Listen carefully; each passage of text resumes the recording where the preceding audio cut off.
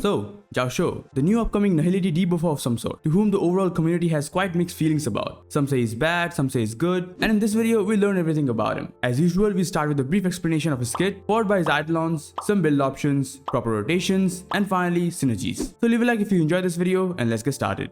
By the way, we are just a few hours away from patch 2.4, and a new patch means new characters, and that's where loot bar comes in. It's the best top-up platform for all your favorite gacha games. It provides massive discounts on every item compared to the in-game prices. The reviews are great, and it only requires your UID for the purchase. With just a few clicks, you can get your hands on some awesome deals. Also, all the topping up happens through official Hoyoverse routing channels, making it a very safe and secure option. And there are big content creators who support this. So go check out Lootbar through the link in the description and in the pinned comment down below. And back to the video.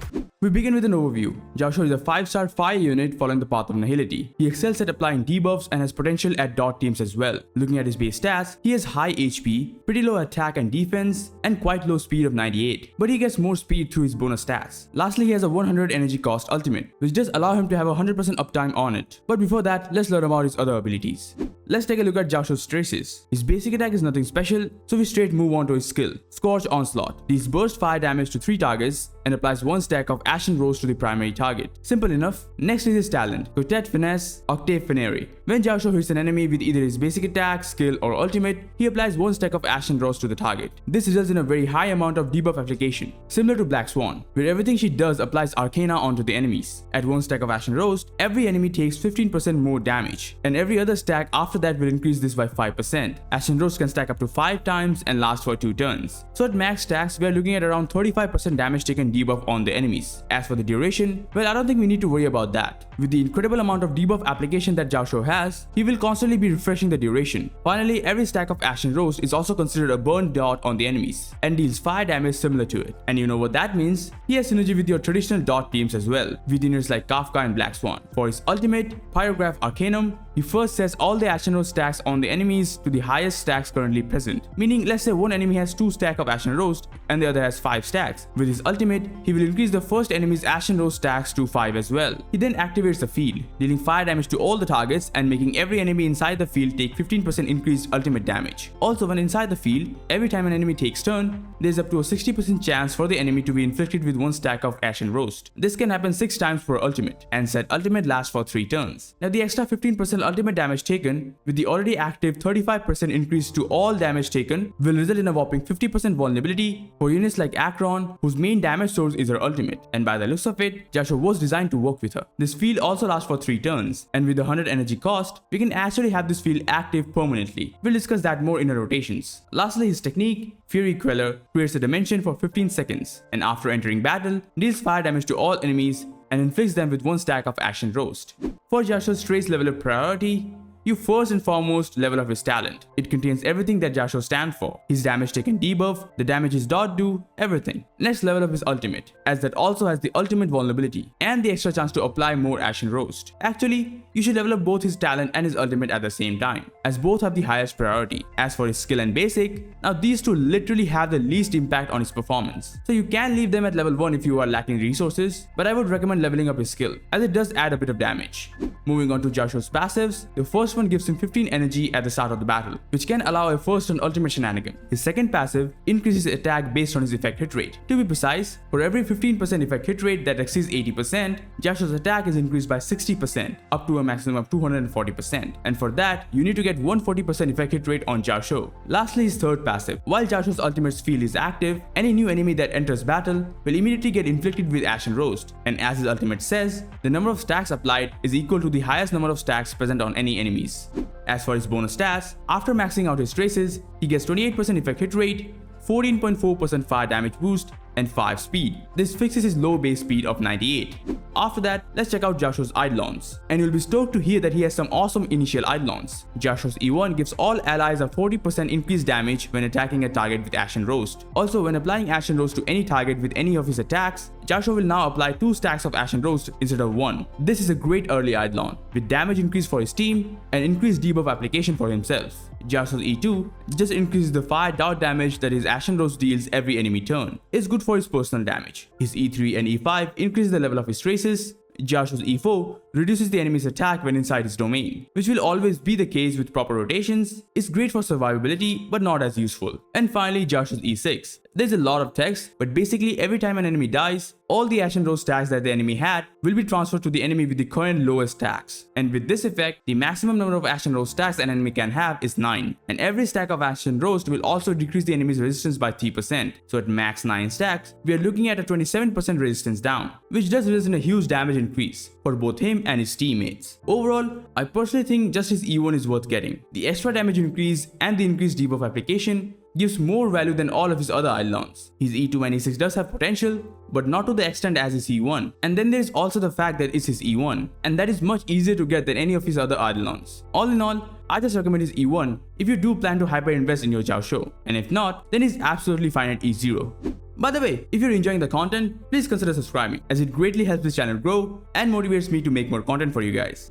Now it's time to build him, and relics are what we start with. As a debuffer / dot applicator, there's literally no other option aside from the Prisoner of Deep Confinement set. It provides a much needed attack and up to 18% defense rate. It synergizes with him or any other debuffer the best. For other alternatives, well, they are nowhere as close to this set, but you can use the Musketeer set or a 2-piece combo of any attack based set would also work. For ornaments, well, given the sheer need of effect hit rate, you can use the Pan Cosmic set. But to be honest, who farms that anyways? Aside from that, there are actually two options that are in my opinion works best for him. First is the Glamour set for some extra attack and damage, and the other one, that's my favorite, is the Bond Wax set. This gives a bit of energy regen and a 40% action advance for the wearer, which is especially good for a unit like Jiaoqiu, as with this, he can go first and use his ultimate at turn 1, giving every enemy the damage taken debuff and applying DOS to them. The Bond Wax set in my opinion has the best synergy with him, and I would highly advise getting a good enough set for him.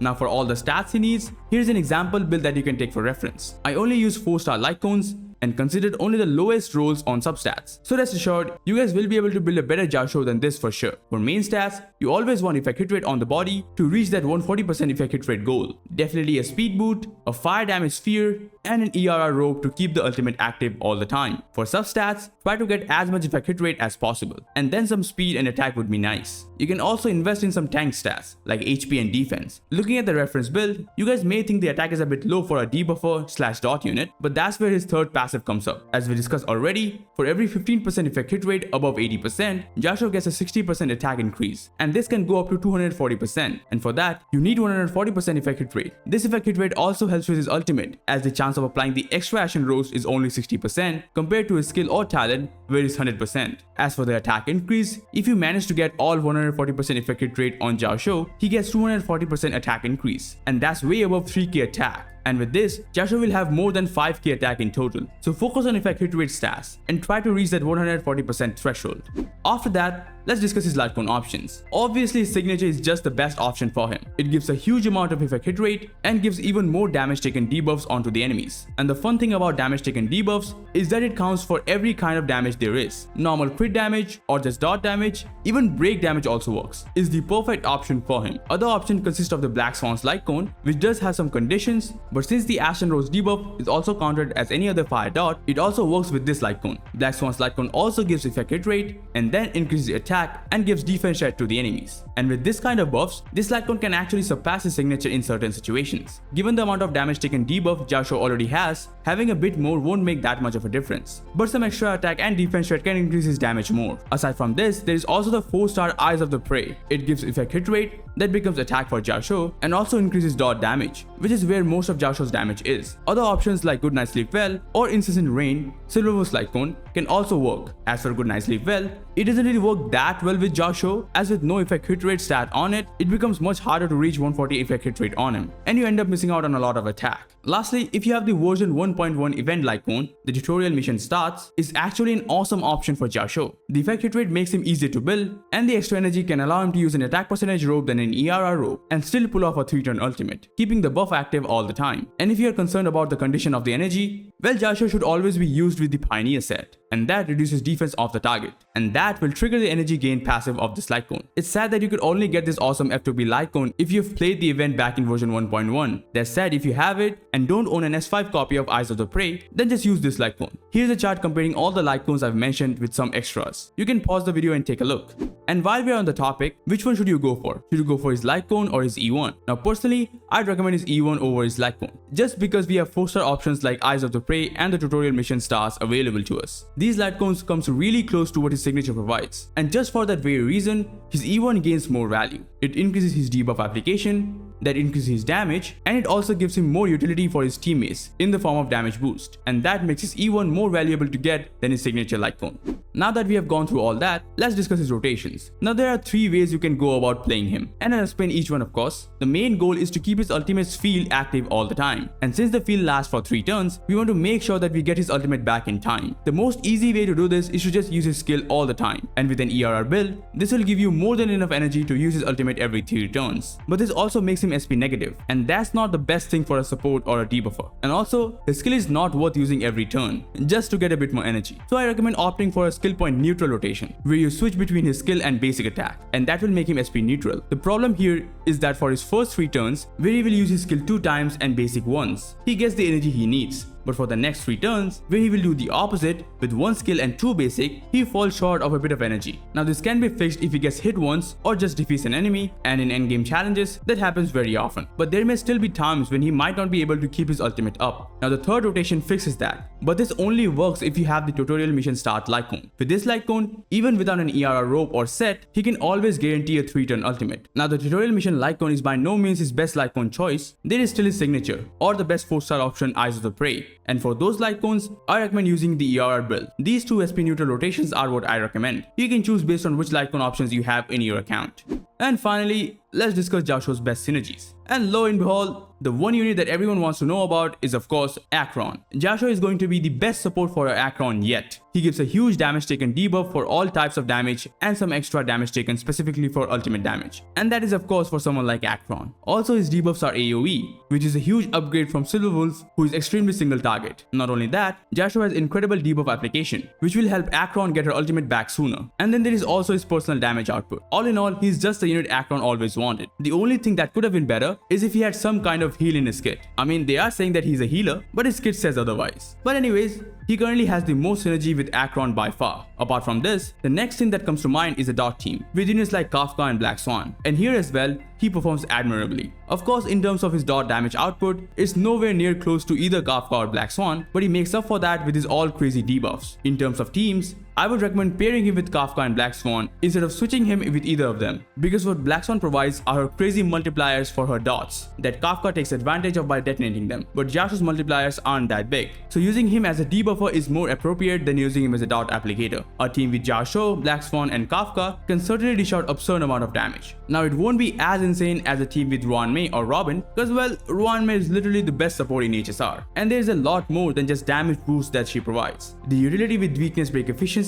and speed, the action delay with her ultimate, all insanely important factors for a dot team. Robin on the other hand has her massive attack buff, her extra damage, and most of all, her team-wide 100% action advance. And sadly, Jiaoqiu as he is, well, he can't really compete with that, at least in this aspect. The last category I think he's good in, which I didn't count last time I made a video about him, is his synergy with break teams. A 35% damage taken debuff can be a huge damage increase for any type of break or super break focused team, especially if you don't have a Ruanmei. And yes, Ruanmei is better here as well, but if you don't have her, there are only a few types of buffs or debuffs that affect break or super break damage. Any type of crit or attack buff doesn't work, or any amount of damage increase work. Defense shred, resistance down, and damage taken debuffs are the 3 core multipliers that heavily affects break damage. Of course, weakness break efficiency plays a huge role with super break damage, which is why Ruanmei is so good on these types of teams. But setting that aside, if you don't have a Ruanmei, then Jiaoqiu can somewhat fulfill her role. And those are the 3 types of team archetypes that Jiaoqiu works best in. If I have to rank all 3, he works best as a debuffer for Acheron or any other crit based multi-target hitting unit. His dot team performance is his second best.